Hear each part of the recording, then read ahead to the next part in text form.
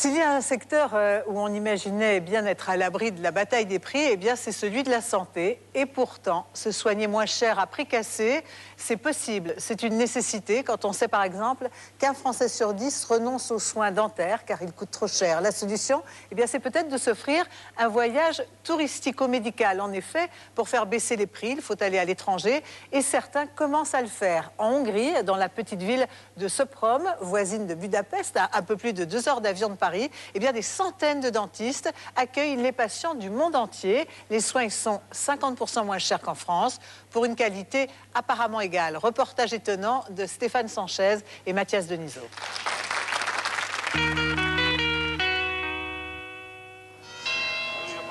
À 2 heures de Paris, perdue en pleine campagne hongroise, une petite ville connaît depuis quelques années une expansion spectaculaire. Bienvenue à Sopron, 50 000 habitants, son clocher, ses masques, mais la véritable spécialité locale est beaucoup plus surprenante.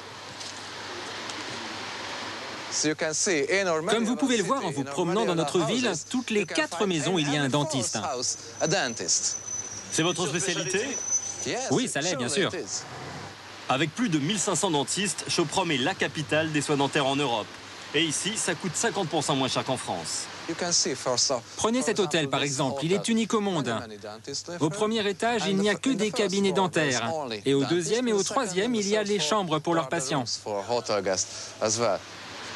Et ce nouveau marché, il y a un Français qui y croit. Ça veut dire Zahnarzt? Zahnarzt. Zahnarzt, c'est le dentiste en allemand. Nicolas Pinault, diplômé d'une école de commerce, est installé en Hongrie depuis 9 ans. Il y a 6 mois, il crée une agence de tourisme dentaire. Ce matin, il visite une clinique ultra-moderne, susceptible d'attirer ses futurs clients. Nicolas, je ne pensais pas que c'était aussi grand. C'est un centre médical et un centre de remise en forme. Mais je le découvre en même temps que vous. Et effectivement, ça a l'air assez impressionnant. Donc on va faire un petit tour pour voir à quoi ça ressemble exactement.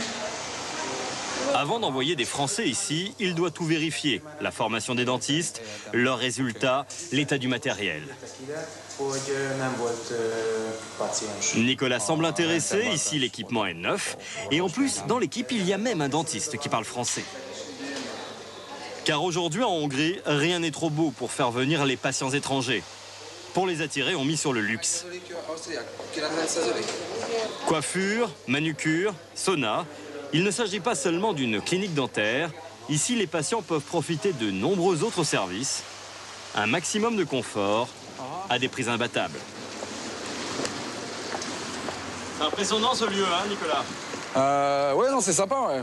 Sympa, hein. Donc elle vient de me dire, là, on est à côté de 700 mètres et c'est la frontière autrichienne.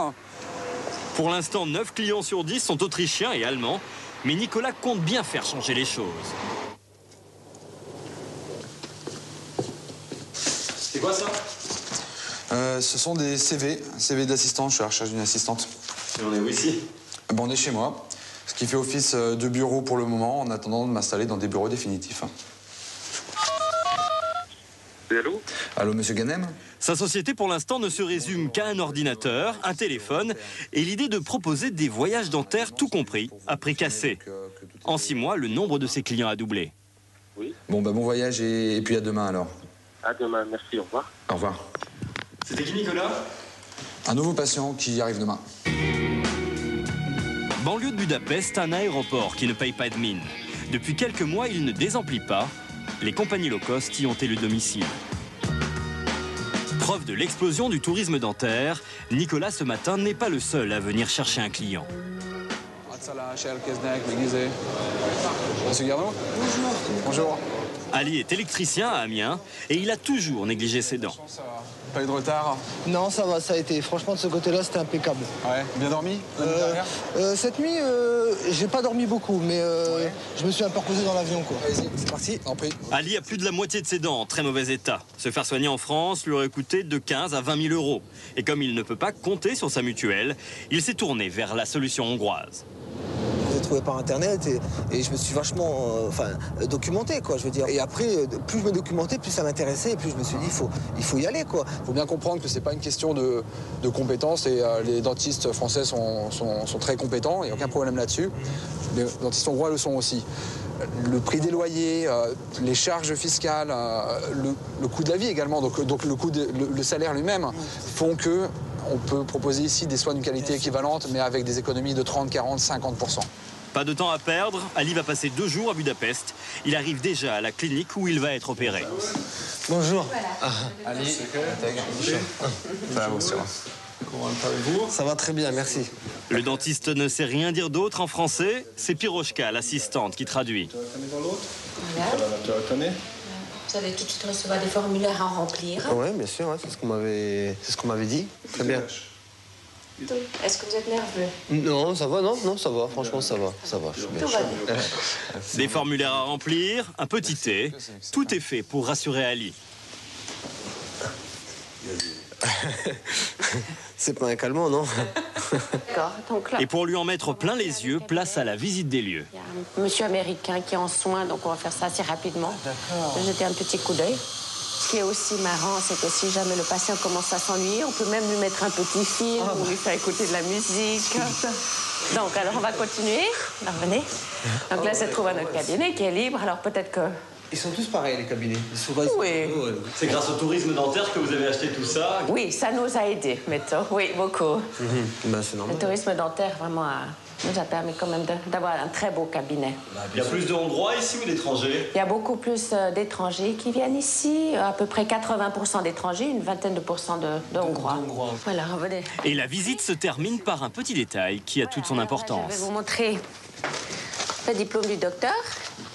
Il fait son diplôme donc ici à Budapest, en Hongrie. D'accord. Donc j'espère que vous êtes rassurés en voyant tout ça. Bien sûr. Oui. ugye egy híd 24 fokkal. Nem, bocs, 16-tól.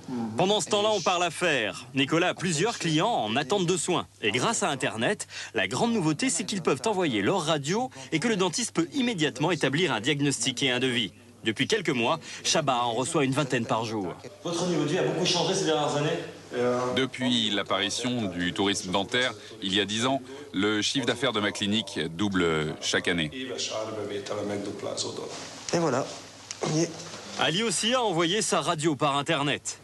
Mais ce matin, le dentiste voit les dents pour la première fois. En haut, à premier coup d'œil, il voit que 80% des couronnes sont abîmées. Vous avez juste une dent qui est en bon état en haut. Le diagnostic est sans appel. Ali a besoin de 22 couronnes. Toutes ces dents, elles ne sont pas saines comme vous avez pensé que c'était. Parce que si, par exemple, il fait seulement que nettoyer la région, ça disparaît. La dent disparaît. En fin de consultation, le médecin lui montre la teinte du blanc de ses futures dents. Et ça, il peut pas. És az egész fehér? C'est difficile de dire, mais peut-être que ce serait possible. D'accord. Ali doit maintenant choisir la qualité de ses couronnes. Voilà, donc là se trouvent les 3 devis. Différents devis lui sont proposés de 5 000 à plus de 8 000 euros. C'est plus que prévu, alors avant de prendre sa décision, Ali tente de faire baisser les prix. Si je paye en liquide, parce que je l'ai vu dans certaines cliniques, quand on paye en liquide, on peut espérer, une remise de 5 à 10%. Voilà. 5 à 10%.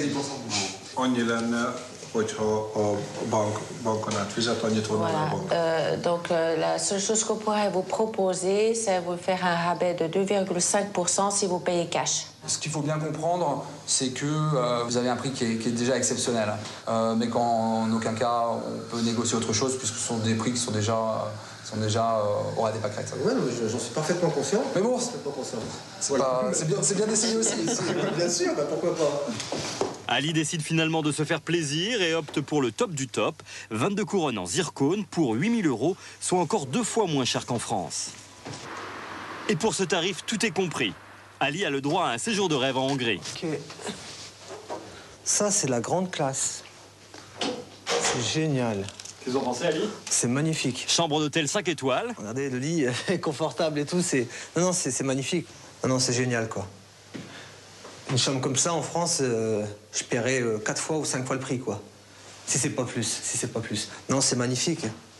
Salle de bain, franchement, là, c'est au top, quoi. J'ai l'impression d'être un prince arabe.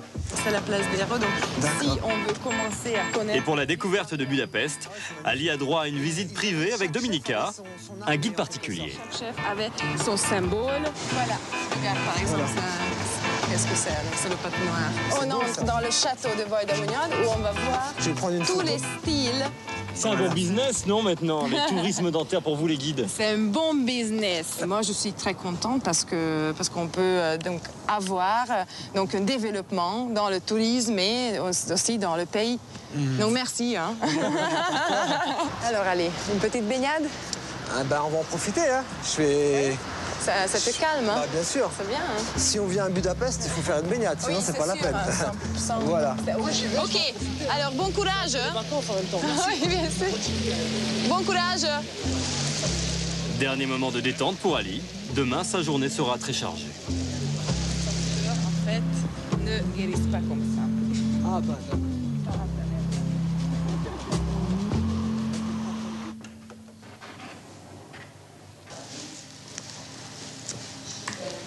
Anesthésie locale pour effectuer des soins sur 22 dents.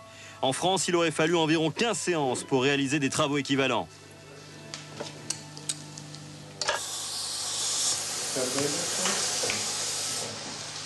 Une journée marathon pour le dentiste. Une épreuve de plus de 8 heures pour Ali.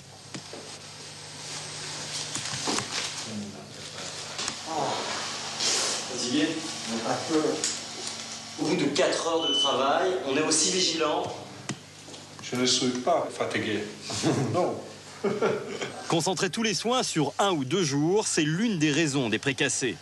Une autre explication, c'est le coût de chaque couronne. Ici, Ali paye 330 € l'unité. En France, il aurait dû débourser 2 à 3 fois plus. Alors comment obtiennent-ils de tels tarifs? Réponse à quelques rues du cabinet de Chabat, dans un atelier de prothèses où sont réalisées les nouvelles dents d'Ali. Ici, on ne manque pas de travail. Regardez, chaque jour, on reçoit une trentaine de commandes. Ici, les prix défient toute concurrence. Et ses économies, Joel tient à nous montrer qu'il ne les fait pas sur la matière première. Pour les couronnes, on fait venir le métal d'Allemagne. Et pour la porcelaine, elle vient directement du Japon. C'est vraiment de la bonne qualité. Même matière première, même temps de fabrication qu'en France, environ 5 jours. Ces économies, Joel les fait sur la main-d'œuvre. Ici, les salariés sont payés 3 fois moins. Je suis payé à la pièce, donc je ne sais pas exactement combien je gagne. Environ 450 € par mois. C'est quoi la différence entre un prothésiste français et un prothésiste hongrois? La différence, c'est qu'un prothésiste français travaille moins et gagne plus. Mais on peut encore trouver moins cher. Retour à Choprom, la capitale des dentistes, dans un cabinet à première vue très ordinaire. Et pourtant, Richard Andras est un dentiste à la pointe de la technologie. Comme quelques-uns de ses confrères européens, il utilise la machine qui fait baisser les prix. Qu'est-ce que c'est ça? C'est la machine qui fabrique les couronnes. Je pose un bloc de porcelaine et elle dessine la dent en 15 minutes. Plus besoin de prothésistes pour réaliser en un temps record une couronne prête à poser. C'est terminé? Yes. Vous pouvez nous le montrer? Combien ça coûte d'habitude en Europe? Plus de 1000 €. Et chez vous? 200. 5 fois moins cher, une qualité identique, mais cette technique ne peut pas encore être utilisée pour toutes les couronnes. 21h30, Ali est toujours sur le siège du dentiste. C'est l'heure de la délivrance. Voilà, alors veuillez vous regarder, voir si vous êtes content du résultat. Ouais. Non, franchement, je suis très content du résultat. Et le résultat lui redonne le sourire. Waouh. Waouh. Non, c'est vrai, je suis content. C'est impeccable. Et encore, c'est seulement les provisoires, d'après ce que j'ai compris. Non, je suis content. Je suis content. Merci, docteur. Il ne s'agit encore que d'un sourire provisoire. Ali reviendra voir Chabat dans un mois pour la pose de ses couronnes définitives. Ça change, Ben, carrément, quoi. Méconnaissable. Et le suivi, comment on fait un suivi à 2000 km ou 1500 km? Le contact est gardé avec le patient ne doit pas être oublié. On fait déjà un suivi téléphonique et puis par exemple en été, pour les vacances, on les attend pour un contrôle. Au moindre problème qui peut survenir chez le patient, si c'est compris dans la garantie, bien sûr, on lui paye le vol et l'hôtel.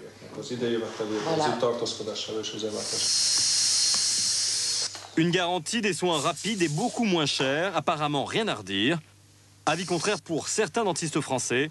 Ils trouvent que ces pratiques peuvent être dangereuses. Toutes les séquences de traitement ont été accélérées et il faut savoir qu'il y a des temps de cicatrisation, il y a des temps de traitement qu'on n'a absolument pas, qui sont incompressibles. Et si on ne respecte pas ces temps de traitement, eh bien c'est l'échec du traitement, voire la perte des dents. On a les mêmes résultats qu'en Europe en ce qui concerne les implants. On utilise les meilleurs implants au monde. On a seulement 1% de rejet. L'an dernier, 1000 Français comme Ali sont partis se faire soigner en Hongrie. On prévoit une augmentation de 30% par an. Le tourisme médical a visiblement de beaux jours devant lui. Qu'est-ce que tu veux faire, Ali, maintenant? Bah, peut-être les cheveux. Hein. Où ça? J'irai en Tunisie pour faire les cheveux. Et après, on verra.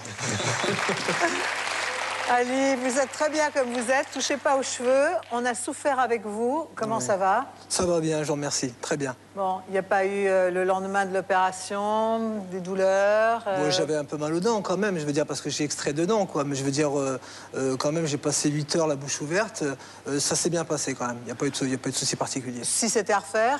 Je le referai sans problème. Alors, vous n'en êtes qu'à la moitié de l'opération, j'ai envie de dire, puisque vous devez retourner pour... finaliser les soins. Pour finir les soins, les dents définitives. Je retourne dans 2 semaines chez mon dentiste et là, je vais rester 3 jours, en fait. Le temps de prendre les empreintes et puis de faire les soins définitifs, quoi. Et alors, au total, le prix de ces 22 couronnes? 8 000 €. Combien? 8 000 €. Tout compris, voyage compris. Tout compris, voyage compris. Et une garantie si... S'il y a quoi que ce soit, ben, je retourne là-bas sans problème, quoi. J'ai confiance aux médecins là-bas, quoi. Il n'y a pas de problème. En France, vous aviez évidemment fait les calculs. Ah oui, j'ai gagné à peu près 60%, quoi. 60%. Alors, Philippe Leclerc, bonsoir. Vous êtes chirurgien dentiste. Est-ce que vous pensez que vos confrères hongrois font du bon travail? Ali a été bien soigné? Ah, écoutez, je pense que nos confrères hongrois sont tout à fait capables de faire du bon travail. À partir du moment où ils ont eu la même formation que nous et qu'ils ont acquis la compétence, c'est évident. Mais moi, ce qui me choque, bien évidemment, c'est la rapidité du traitement. Surtout que là, il est très clair qu'il s'agit d'un traitement complexe. Et un traitement complexe, il y a des préparations. Les dents doivent être préparées, les soins doivent être validés. On doit passer par des phases également de validation de prothèses provisoires. Puis ensuite, il y a d'autres étapes. C'est ce qui est fait. Alors, au fond, moi, j'ai envie... Mais très rapidement. J'ai envie de vous demander, la question qu'on se pose tous, c'est au fond, est-ce que vous avez raison de prendre vos distances ou est-ce que vous faites un peu de corporatisme en disant, attendez, il n'y a que les médecins français? Non, je ne fais pas du tout de corporatisme. Je ne dis pas que les dentistes hongrois ne sont pas capables de traiter comme les dentistes français. C'est absolument pas ça que je dis. Je dis par contre que dans des plans de traitement aussi rapides, ce n'est pas possible qu'il n'y ait pas de faille. Alors, par ailleurs, oui. Excusez-moi, la clinique ici est certainement très très bien choisie, mais nous avons, rencontré des patients qui n'avaient pas du tout eu les expériences que vous êtes ici en train de décrire. Je ne sais pas si M. Ali a été informé du traitement. Il est arrivé à la descente de l'avion et il devait signer déjà un devis. Mais en France, la loi Kouchner cible très très bien notre cadre d'activité où le patient doit être informé, il doit avoir le temps de réfléchir, il doit pouvoir choisir, il donne son consentement. Et après, il a une protection juridique. Dans ce type de situation, il n'y a aucune protection juridique. Et on a vu des patients revenir avec des dents, parfois avec des implants qui étaient partis 2-3 jours après, des prothèses qui, pareil, s'étaient déplacées ou décellées très rapidement. Certains patients sont retournés sur place et n'ont pas reçu l'accueil qu'ils auraient aimé recevoir. On a vu des patients qui n'ont pas retrouvé l'officine dans laquelle ils étaient. Ce n'est pas le cas. Juste un mot pour Ali, ça va? Parce que ça vous trouble pas? Non, pas vraiment. Les Anglais, ça fait 15 ans qu'ils vont là-bas. Les Autrichiens, ça fait également 15 ans. S'il y avait vraiment des soucis, je pense qu'on l'aurait su depuis longtemps, quoi. Je veux dire, voilà, quoi. Je me suis bien renseigné avant. Je suis confiant au niveau des dentistes là-bas. Il n'y a aucun problème, quoi. Et vous gardez le moral? Je garde le moral. Voilà. Oriane Garcia, vous aussi, vous avez un peu, et même beaucoup, bousculé le monde de la santé, puisque vous vendez des lentilles pour les yeux, des lentilles 30 à 70% moins chères.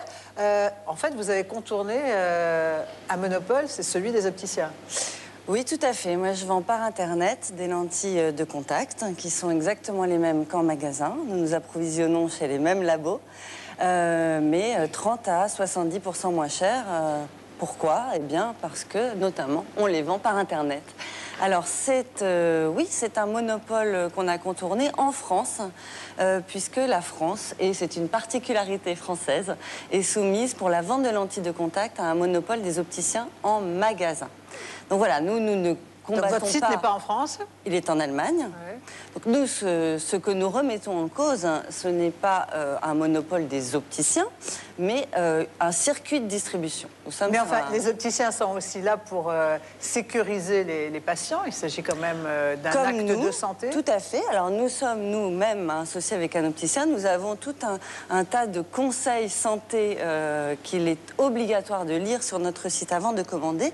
Nous sommes persuadés que nous fournissons la même information. Et vous ne vendez pas des fins de série, des lentilles démodées? Non, bien au contraire. C'est un procès qu'on a voulu nous faire, mais bien sûr que non. Ce sont les mêmes lentilles et nous nous approvisionnons chez les mêmes laboratoires. Geoffroy Roux de Bézieux, vous avez travaillé vous étiez dans la commission Attali. Donc la santé moins chère, c'est possible? Oui, je crois que la santé, c'est un marché. Alors il faut faire attention à l'aspect sécurité, bien sûr, mais il y a un certain nombre de choses, il y a des monopoles qui n'ont plus lieu d'être. Oriane Garcia a cité les lentilles, mais il y a des produits qui sont vendus en pharmacie, qui sont sans prescription, et qui partout dans le monde sont vendus dans des supermarchés moins chers. Le sirop pour la toux, c'est le meilleur exemple, la vitamine C. Et donc, il reste en France quelques forteresses, on peut les appeler comme ça, qui ne sont pas justifiées, qui ont pu l'être à un moment, mais qui ne sont plus justifiées pour des raisons de sécurité. Donc je pense que c'est un très bon exemple. On peut faire moins cher, on peut faire gagner du pouvoir d'achat aux gens, tout en préservant leur sécurité. La commission Attali n'a pas fait que ça, mais elle s'est aussi attaquée à ça. Alors vous parlez de la santé moins chère, la santé dentaire moins chère, vous seriez allé ou vous iriez en Hongrie? Écoutez, moi j'ai perdu mes dents très jeune à l'action de rugby, donc j'ai déjà fait tout ça malheureusement. Mais si j'avais su, j'aurais été économisé mes 8 000 €. Donc vous n'avez pas de doute, oui? Ah oui, moi j'ai pas de doute. C'est les mêmes diplômes, c'est des gens qui ont l'air très compétents et je crois, on est dans la mondialisation des services. Donc je crois que c'est à nous de nous adapter, il faut accepter la règle du jeu. Et de ce que j'ai vu du reportage et du sourire d'Ali, je vois pas pourquoi j'aurais pas essayé. Mais ce qui me fait un peu peur, c'est que ceux qui nous écoutent, dentistes, opticiens, pharmaciens, vont se dire, mais en fait, on fait de nous juste une corporation frileuse, resserrée sur nous-mêmes. Ils ont aussi leur utilité. Bien sûr, mais bien sûr, l'ensemble des professions médicales françaises est réputée. Il y a des gens qui vont venir du Moyen-Orient, il y en a qui viennent déjà se faire soigner. C'est une mondialisation des services et je pense que ça peut marcher dans les deux sens. La France, comme dans le textile, peut se positionner sur le haut de gamme, sur la qualité, sur l'innovation et pas forcément sur tous les segments. Merci.